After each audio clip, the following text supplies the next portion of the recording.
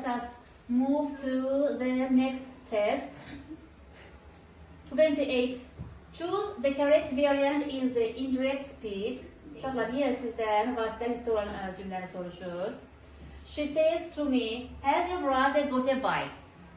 O mənə deyir, qardaşın velosiped alıb.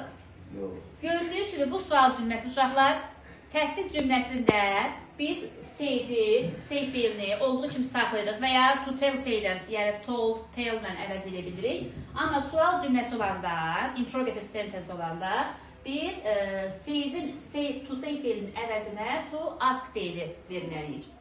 Ona görə A variantı ilə I variantını çıxırıq. B, C, D. Biraz böyüdək.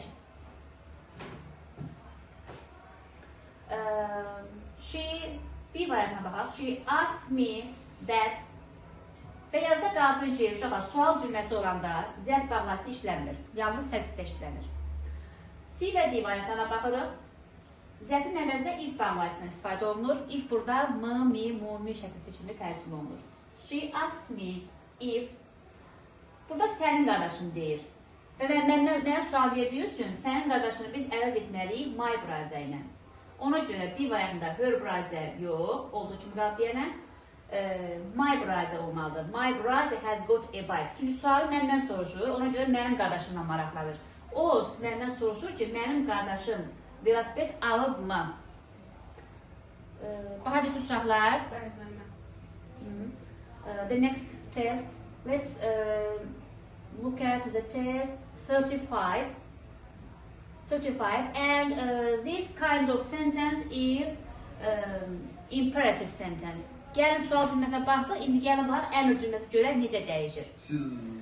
The host said to his servant, clean my room. Ev sahibi xidmətçisinə dedi, otağımı təmizlə. Bu bir əmr cümləsidir. Əmr cümləsində isə uşaqlar nə tell feilindən, nə də ask feilindən istifadə etmirik. Order, yəni əmr etmək feilindən istifadə edirik.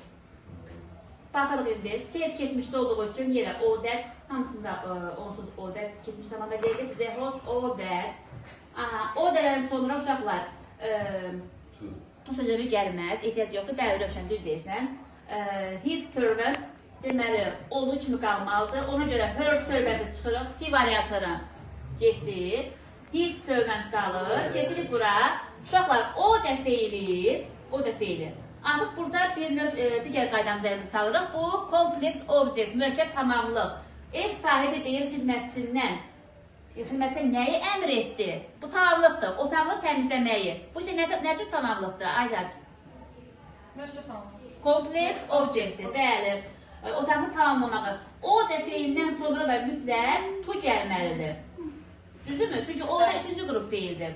Biz ona görə clean variantını çıxırıq. Hörlə çıxmışdıq. Qaldıq E ilə B arasında. Mənim otağımı təmizlə dediyi üçün mənim, yəni ev sahibinin otağı. Onun otağı olur. Düzdür? Biz durur. Yes, the correct answer is A.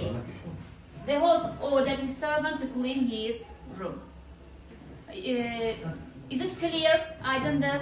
Bəli. Yes.